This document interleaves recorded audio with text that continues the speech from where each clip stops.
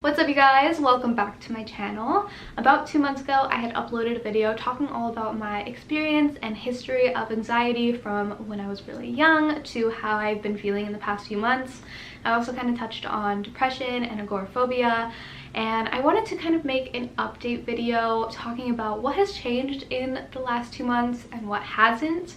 When I uploaded that video, it was probably the lowest point of my entire life. I felt like I would feel like that forever. I felt stuck, and it was really hard for me to talk about and upload. It's really scary to kind of put all of that out there, but I know that there are so many of you guys going through the exact same things right now. I just want to help kind of share my story and remind you that you're not alone. I also really wanted to be candid with, I don't want to say recovering, healing, I guess. It's not really a linear sort of progress. I wanted to talk about how I've been feeling since I filmed that video, changes I've made to my lifestyle, what's been helping me, and how I'm doing these days. I'm going to link that video down below if you guys haven't watched it yet. It kind of really goes into a deep dive of my experience, a little bit more than I'm going to deep dive in this video, but just to catch you up to speed, when I filmed that video I was talking about having an intense mental break essentially in June of this year, and I think I uploaded that video in August, I want to say. So I kind of talked about like the 2 months period of just having daily panic attacks, not being able to leave the house, just really suffering from intense anxiety and also depression, not being able to do things normally. I didn't want to work, I didn't want to get ready or brush my hair or shower. Like, it was just really hard for me to do simple tasks, and it definitely still is to this day. I was definitely in the thick of it, and I had never experienced anxiety or depression to that degree before. I've had panic attacks in the past and anxiety attacks, and I've had intense anxiety since I was young, but not anywhere near that level. So it was just insane. I didn't know how to deal with it. The people around me didn't know how to help me deal with it.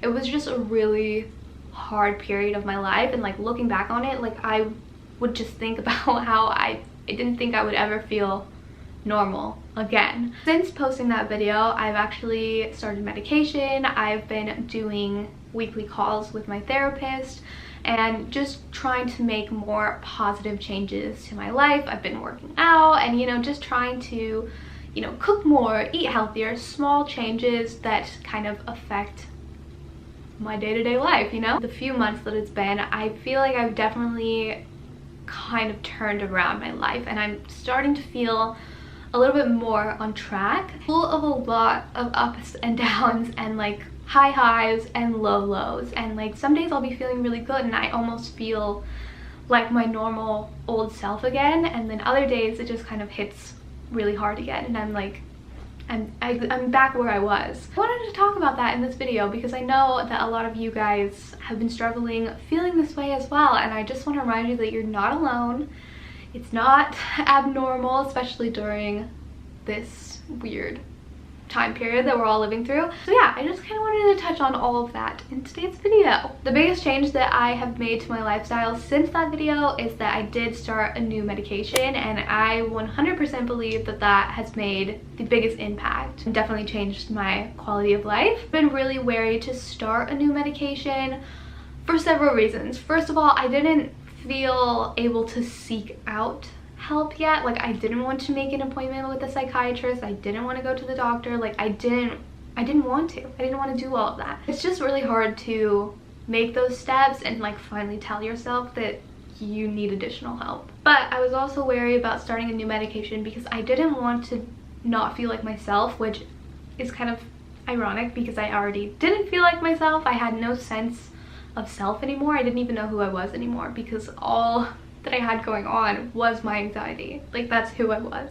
Just really nervous about the whole thing, and it's such a journey to find the right medication, so I was nervous about doing all of the trial and error and figuring out what works for me. But taking that first step is the hardest, and then it gets easier from there. A lot of my friends told me about like online clinics that you can just kind of talk to a doctor over the internet and they prescribe you and it's easy, you don't have to go anywhere, because my biggest issue has been not being able to leave the house. I've had a terrible case of agoraphobia. I haven't been able to really even drive in the past few months just because it would make me anxious just to go down the street and get the mail, you know what I mean? So I really did not feel up to leaving the house and like talking to a doctor. So I found hers.com, and I talked about this a little bit in a recent vlog, but I am really glad that I found them. It's kind of cool. It's like a one-stop shop sort of website where they do like skincare but also mental health stuff and like therapy. It's really cool. This video is not sponsored by them, by the way. I literally found them just searching it up on Google. They pair you up with a psychiatrist. You take a short little like survey about what's going on, and then you have like a FaceTime basically with a psychiatrist. I talked to my doctor about what was going on, how I've been feeling, and she was amazing. Like, I loved working with her. She presented me my options, and then they just mail the medication right to your door. It was so easy.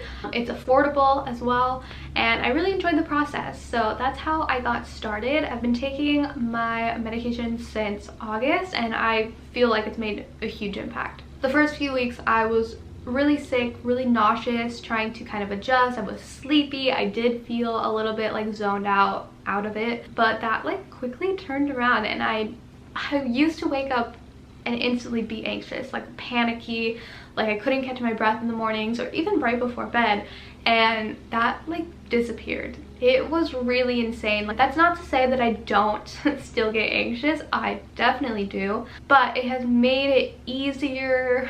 I don't know, it's kind of made it easier to control, I guess. So that has honestly been a huge help for me, and I'm really thankful for it. I also talked about going to therapy in my last video, and I still am. I have the same therapist. I use BetterHelp, again, not sponsored, and I've actually been seeing a lot of stuff about BetterHelp lately.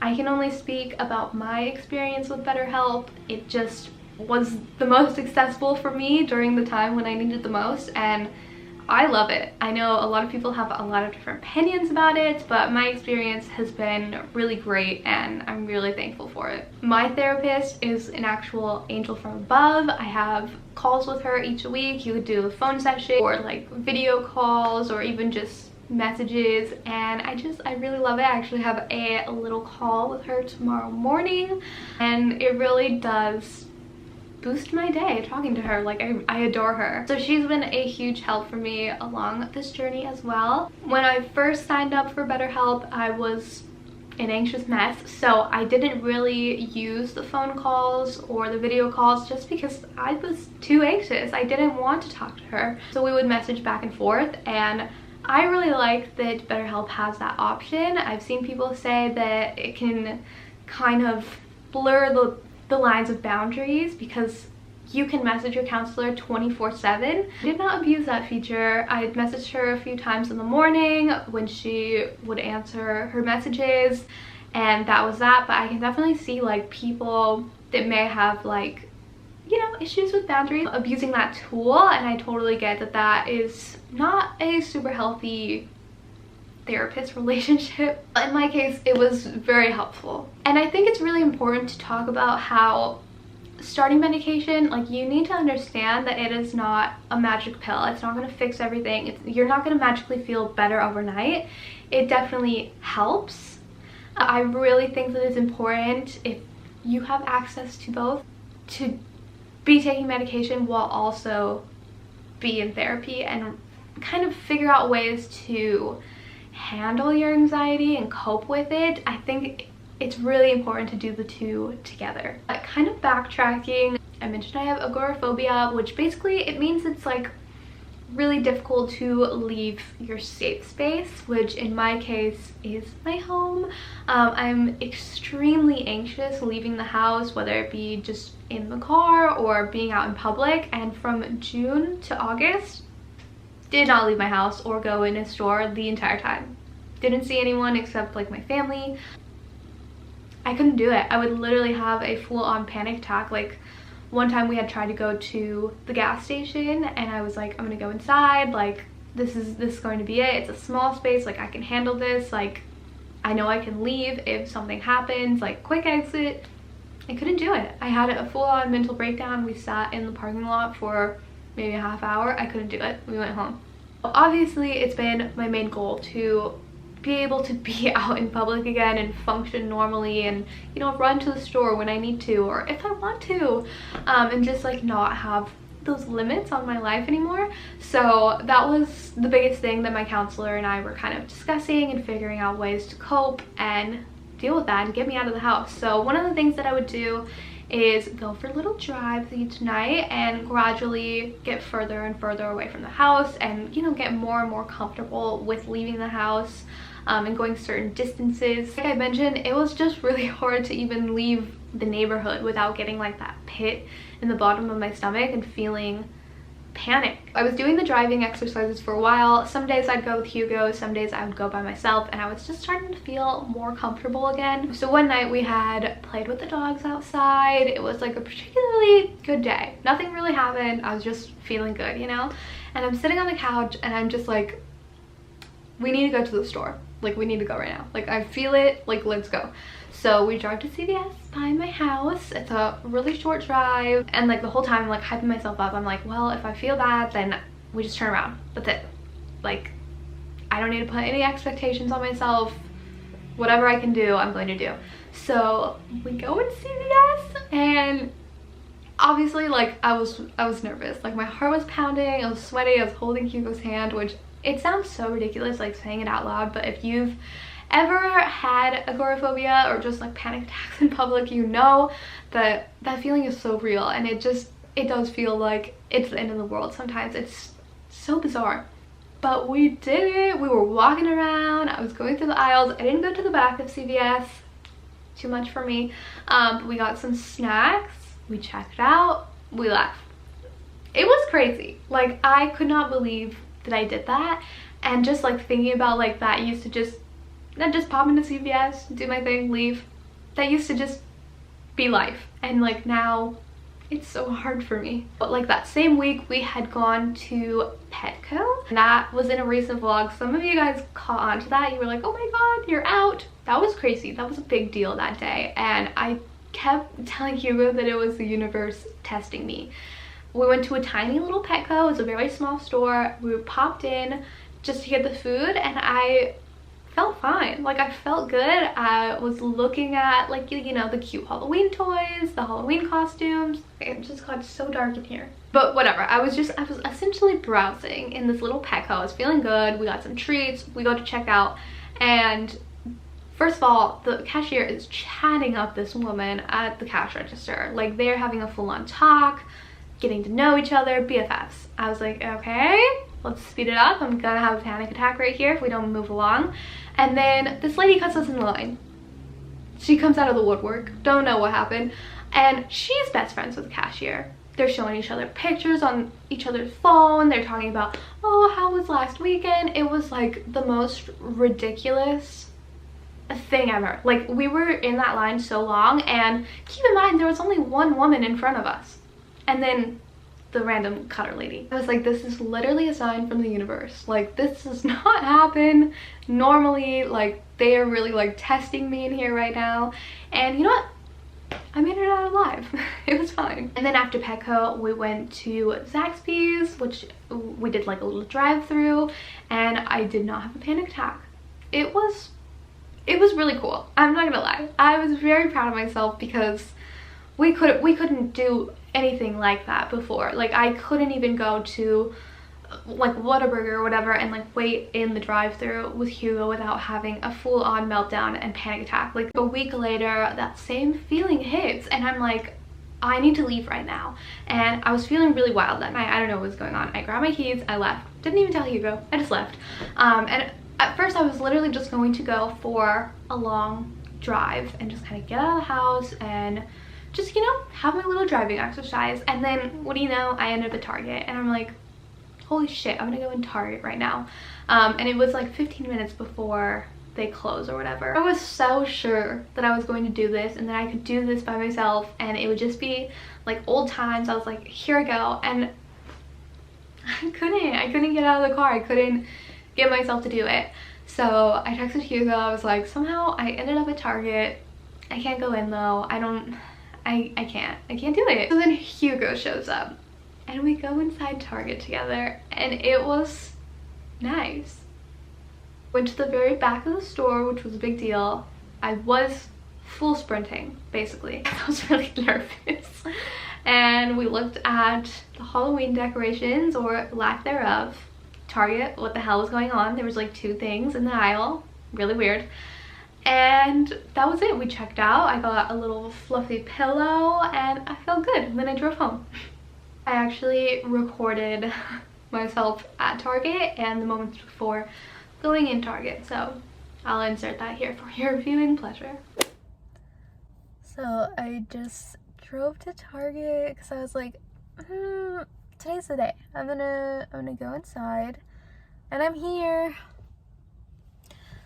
but I can't get myself to go inside, and I'm alone, so I'm like extra nervous. Like the only times I've been able to go inside places so far, it's just CVS and Petco, is with Hugo, and I just left the house randomly without him, and now I just feel like I don't feel good. I can't do it. A few months ago, I could go to Target and just walk in by myself and feel fine.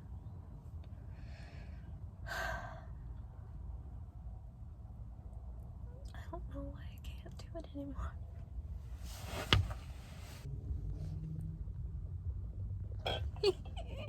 He met me here. I'm nervous. Back at it again. I feel like I'm gonna poop my pants. But they have pumpkins. So I guess it's worth it. No. No. I can't feel my legs.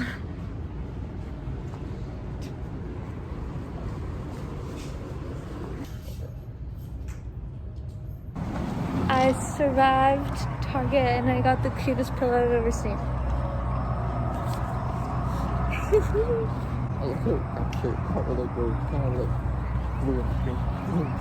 Cute. We're matchy. Kinda. Okay.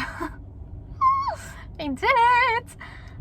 Okay. We were in there like 2 minutes. I literally like... it was almost a sprint to the back of Target so that I could look at the Halloween stuff. They actually didn't have anything really out yet, which was kind of nice because then I didn't have to like be there very long. But I found the pillow and I don't know. And so I checked out and there was a little bit of a line and I waited and it was fine. Everything was good. I feel that was exhilarating. But that's basically my update for you guys. It's not a huge drastic change, and again, it's really important to remember that it's not going to be. It is a journey. Sometimes you really just lose yourself in your mental illness and you can't figure out who you are outside of that, and you don't feel like you'll ever actually be you again. It takes time, but I am doing a lot better. And I wanted to let you know that it does get better, because a few months ago, if you told me that, wouldn't believe you. I just wouldn't. Since then, I have not ventured out again. It's been like 2 weeks and I haven't left the house again. I'm proud of myself for getting out of my comfort zone and, you know, putting myself out there. We'll try it again soon. I did actually ask on my Instagram story this morning if anybody had any questions they wanted me to answer in today's video, or if they wanted me to touch on a specific topic. So I'm going to see what you guys sent in now. The first question I got is, how can I help my daughter who has depression? And I just want to put it out there, I'm no expert, so this is just my personal advice, how I'd go about this, and this could be her daughter or your sibling or partner or whatever. This is the advice that I would give. I think that it's first of all really important to understand the psychology behind depression and what is actually going on in the brain and like how it affects people's day-to-day, from their emotions obviously and like actions and how they take care of themselves, or usually with depression don't. There's so many good books on depression and like understanding the inner workings of the mind and like what's going on with those chemicals in your brain, like what is going on, and why it makes people feel the way they do. So I would suggest, you know, reading up on it a little bit more and trying to get more of an understanding, because it's hard, because like if you don't have depression, like you will never truly understand. Like I can tell people how I feel, and like it's really hard for me to get up and like, you know, clean my room, even though I want to clean my room. I would feel better with a clean room, but I can't. I don't have the motivation. I don't want to shower every day.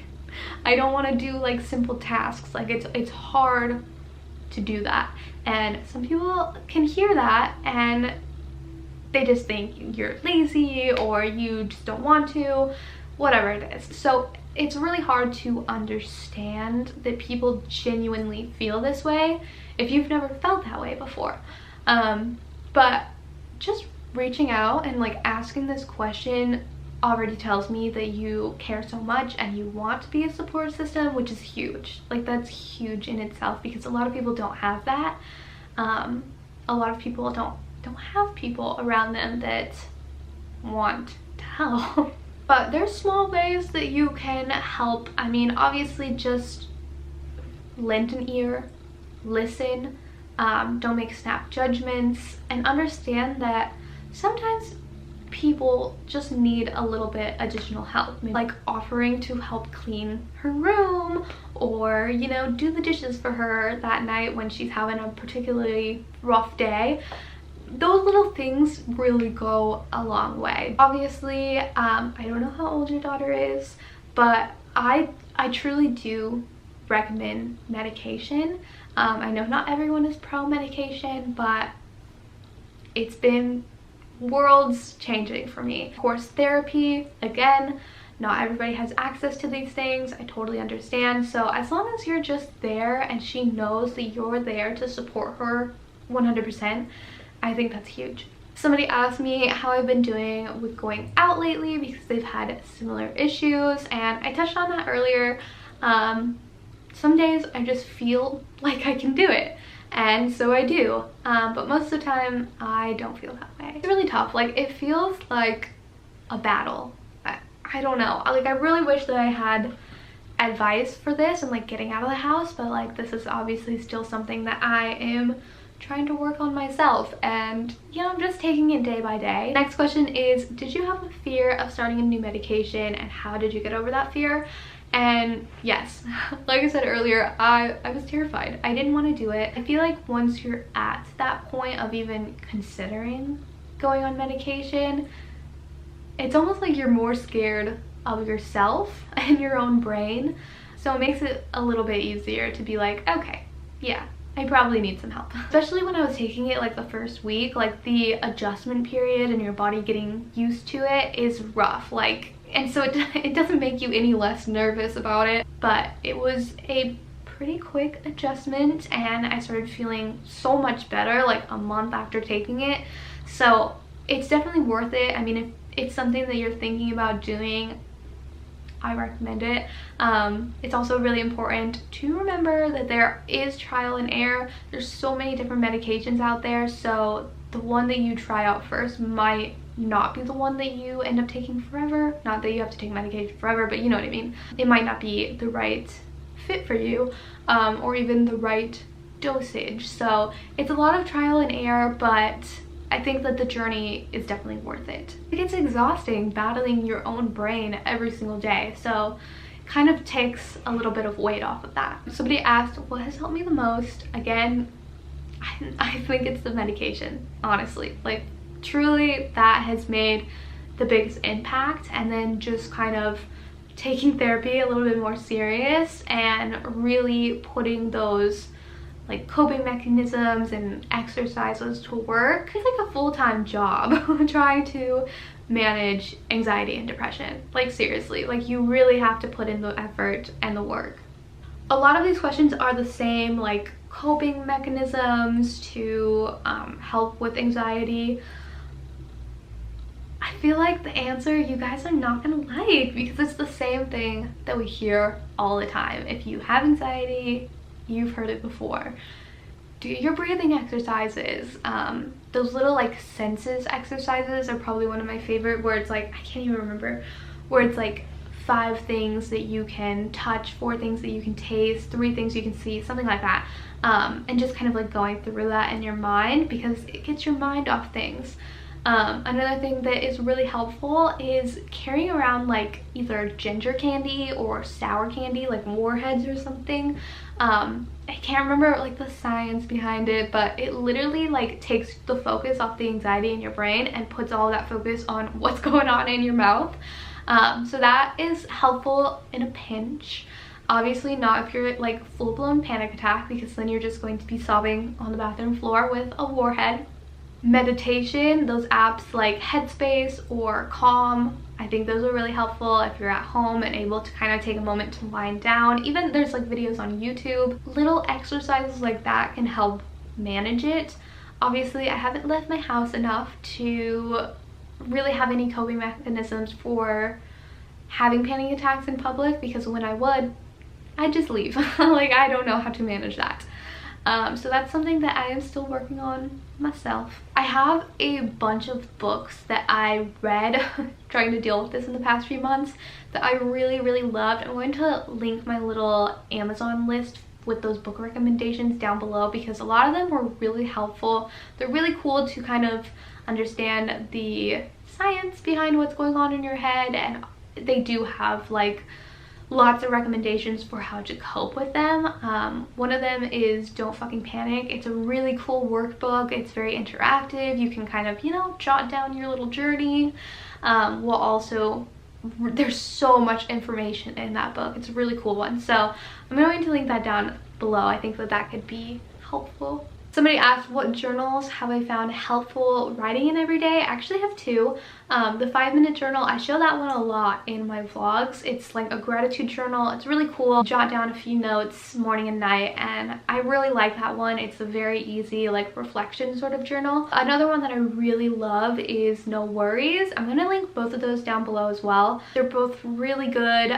Just kind of depends on which one you would see yourself using more, because they're pretty similar. I know this video is getting a little long, so I'm gonna wrap this up. I just really wanted to touch base with you guys on what has changed in the past few months and how I'm feeling right now, because in that video, like, I did not think that anything could change. I didn't think anything could get better, and like, I'm feeling so much better than I was then. That was the absolute lowest point in my life. I've never felt worse than in that moment, and in the past few weeks I'm just starting to kind of feel more myself again. I feel like I'm getting my personality back. Still have a ton of work to do and a long road ahead of me, but I just wanted you guys to know that if you are struggling, either in the place that I was 2 months ago, or even kind of where I am now, in this sort of like limbo of like, I'm okay, I'm alright, and then no, I'm actually not. It really does get better, and it really does get easier.